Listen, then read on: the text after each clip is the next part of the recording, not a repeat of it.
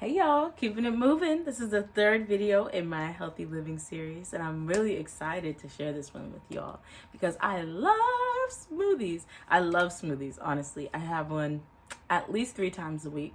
I would love to have one every day, but it really just depends on whether or not I feel like putting the stuff in the blender. However, I will tell you, I will make a video on the changes that I've observed within myself since going vegan. And then I'm going to make a video on the changes that I've observed within myself since committing to healthy living, because those were 2 different journeys for me, and yet they overlapped, and I was able to find balance between them. So there will be times that I'll be laying there or sitting there, and I'll be like, I need a smoothie. Like I can almost feel it, like in my veins or in my neck. Like I just need a smoothie. I need it now. I need like fresh, cold juice and just, I need to feel all good. So I have went through a lot in making smoothies. Curly Hair Vegan actually helped me the most with forming a smoothie and making it smooth and all that. So I'm really glad that she posted that tweet that one time. And it's a viral tweet. I'm sure I could link it down there. This is one question I had to ask myself. As much as we all love smoothies, and as much as people may love smoothie, is the smoothie healthy?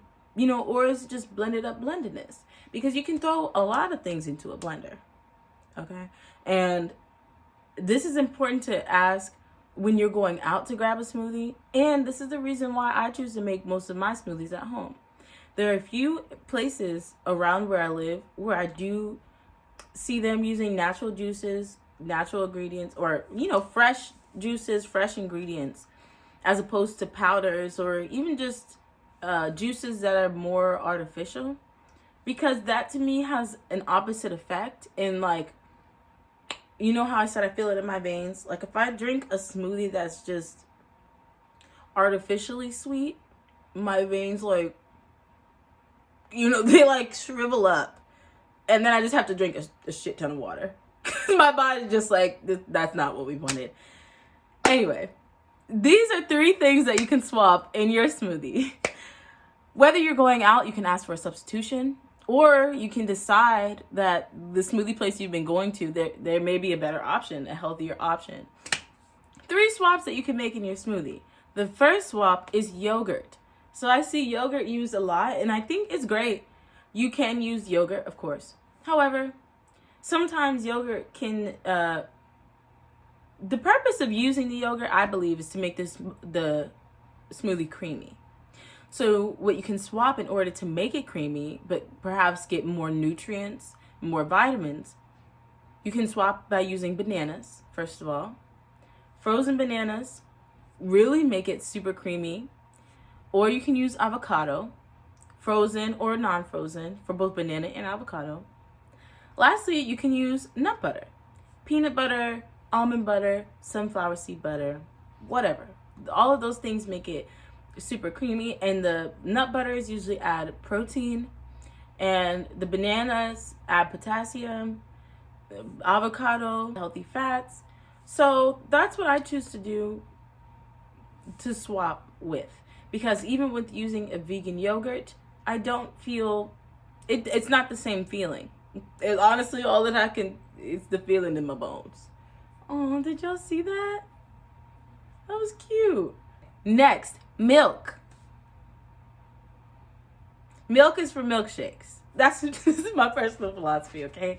Mylk is for milkshakes, but no, not everyone agrees with this. I know a lot of people who put milk in their smoothies. I know a lot of vegans who put, plant-based milk in their smoothies.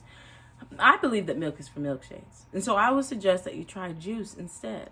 A fresh juice, like an orange juice, mango juice, pineapple juice, anything of that sort.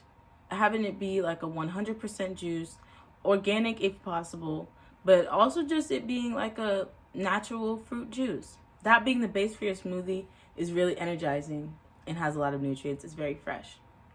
The third one is ice. So of course you want the smoothie to be cold. And one rookie piece of advice I would give is that ice can kind of add like a weird texture. And it can lead to the ingredients kind of just sitting on top of each other or being lumpy and, almost being like an icy or a Slurpee more than like a smoothie. So my tip is to freeze the fruit instead. You get more nutrients this way. You will eliminate that emptiness that comes from the ice, and still have that cool drink by freezing the fruit.